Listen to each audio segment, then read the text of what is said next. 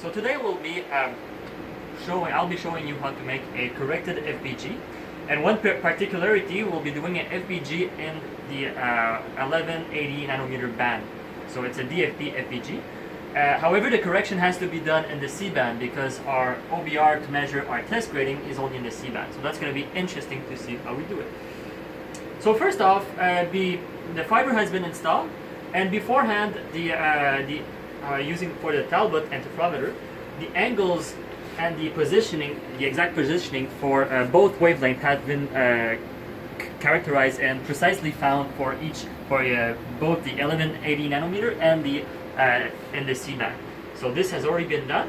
Now a fiber has just been installed. Since we'll be moving to change wavelength, we'll be moving only the motor angles and the position of the face mask. We need to make sure, and since we're going to be supposing that the wavelength remains constant, we need to make sure to align the beam on the fiber before and never touch it again, which is I will start doing right now.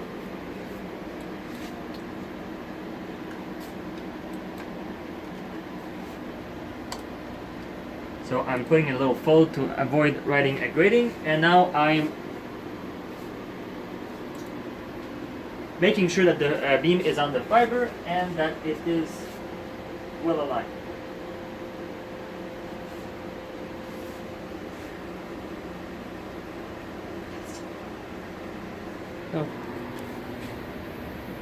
Okay, and now from now on I won't be touching any alignment for the rest of the writing.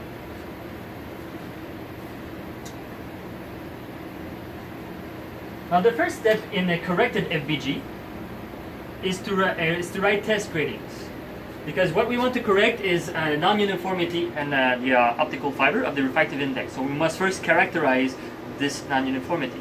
So we'll first be passing over the region where we want to write our final grading with very weak gradings, which are supposed to have a constant wavelength. To do so, a program has been designed to design the gradings, which is called General FBG Recipe in MATLAB. From here you can program the whole final FBG that you want to use. So the first parameters are all the general parameters that you need to change are in the first section, general parameters. So the rest can be played with advanced configuration depending on if you want more precise programming. Now first, the mapping parameter. Normally it is considered to suggested to use 3 mapping grading, but now we will all be using 2 because for this particular type of grading it's going to be quite long. Also, the frequency mapping number, we're going to be changing that only when we're going to be writing the final grading for the exact date of the name of the file that we want to use. This particular is only a true-false parameter in case we accidentally save the data in nanosecond instead of in millimeters. And the final mapping parameters is an offset, so that's to be read on the OBR, which I will be doing later, for the exact position of the start of the grading on our data. Now the mode of the writing here, since I will be starting now, I'll be doing a probe grading, so I'll be putting that to true. For the final grading, I'll be putting that to 0. I'll be defining the length, so we'll be writing a 250 millimeter grading, and the step that we want to send to the Fabulous program is 0.1 millimeter. We have to make sure that the step is smaller than at the same value, bigger than the speed that we're writing, to leave about 1 second delay for the Fabulous to react to the steps. The position of the DFB mode here is set at 45% of the length of the grading, and this is for speed type DFB. For the piezo interferometer, this is not necessary, but for the modulators, speed DFB are essential to make correct DFBs. The dual function is if you want to write 2 FBGs in one shot. That can only be done correctly with the modulators, and this is more an advanced feature of writing grading, so we can put that off right now. And apodization, we want that to be turned on for the following grading.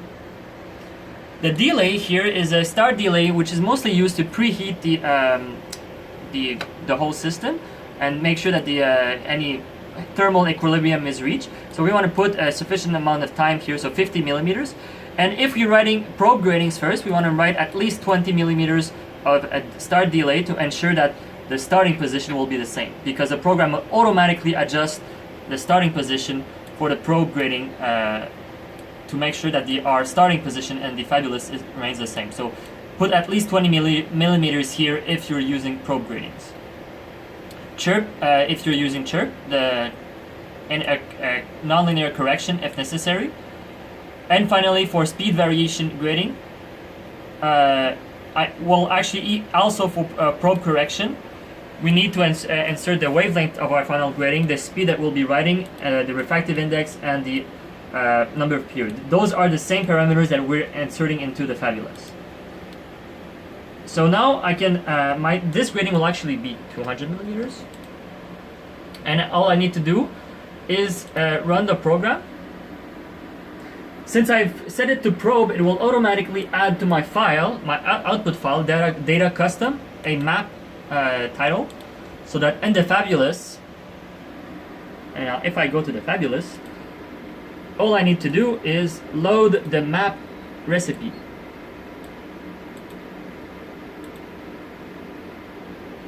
The mapping recipe is automatically loaded, and I have my my initial apodization. So for the mapping, the only parameters you need to set is the apodization, as well as the speed you want to do the mapping. You do not, ideally you can go to a higher speed than what you will be writing the grading. For the piezo, it is recommended not to go over 200 microns per second, but for the modulators, you can write up to 1 or 2, even 2 millimeters per second. The starting position, this is the starting position of including the start delay. So here I want my grading to actually start at 375 millimeters, but so I've since my start delay is 50 millimeters, I'm starting the grading at 325 millimeters. Now the number of iteration, this is only for the probe grading recipe. As I mentioned earlier, I will only be writing 2 because for time consideration, but it is normally recommended to use 3. Laser power, you have to select a power that is sufficiently small not to write strong grading. So for highly photosensitive fiber, you should even reduce that further down. And finally, the parameters to be set are just ensure to put the right wavelength. So here we can only do the probe gradings in the C band. Currently the Talbot interferometers is set to 1555 nanometers, and I will doing my first one at 1556 with a with a decreasing of 1 nanometers per each grading. So I will be writing 2 gradings, one at this first one at 1556 and the next one at 1 nanometer below 1555. Here I must insert the refractive index. Remember to insert the refractive index in the C band for those probe gradings, which is in this case, if I go on my log, is 1.45, between 1.4513 and 1.4516. This is a PM fiber, that's why I have 2 wavelengths. So the 1.4514 in between. Doesn't have to be precise for this one. And then I can simply start my grading. Now the warning here is because I have multiple iteration, or if the scanning is set. This is normal, so we just have to click OK.